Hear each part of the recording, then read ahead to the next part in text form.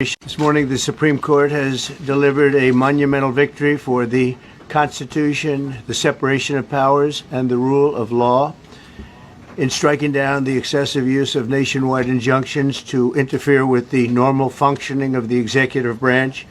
The Supreme Court has stopped the presidency itself. That's what they've done. And really, it's been an amazing period of time this last hour.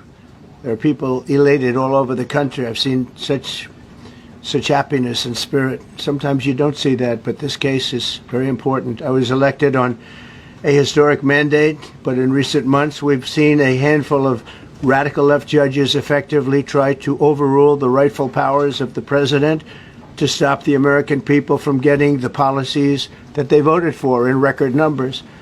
It was a grave threat to democracy, frankly, and instead of merely ruling on the immediate cases before them, these judges have attempted to dictate the law for the entire nation. In practice, this meant that if any one of the nearly 700 federal judges disagreed with the policy of a duly elected president of the United States, he or she could block that policy from going into effect or at least delay it for many years, tie it up in the court system. This was a colossal abuse of power which never occurred in American history prior to recent decades, and we've been hit with more nationwide injunctions than were issued in the entire 20th century together. Think of it, more than the entire 20th century, me.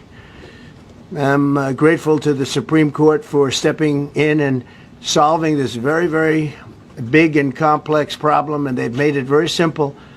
I want to thank Justice Barrett, who wrote the opinion brilliantly, as well as Chief Justice Roberts, and Justices Alito, Gorsuch, Kavanaugh, and Thomas. Great people.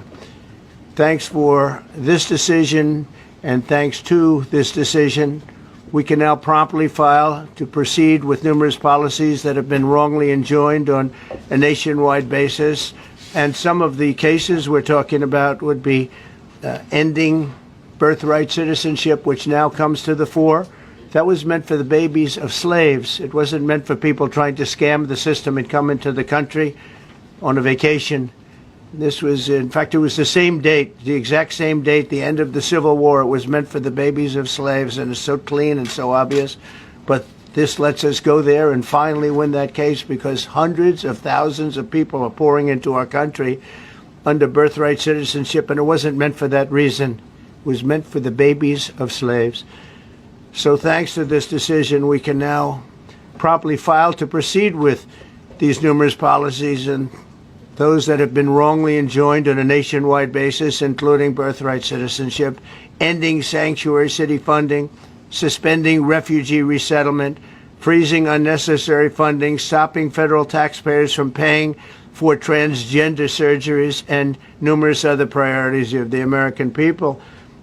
We have so many of them. I have a whole list. I'm not going to bore you, and I'm going to have Pam get up and say a few words, but there's really, she can talk as long as she wants, because this is a very important decision. This is a decision that covers a tremendous amount of territory. But I want to just thank again the Supreme Court for this ruling. It's a giant.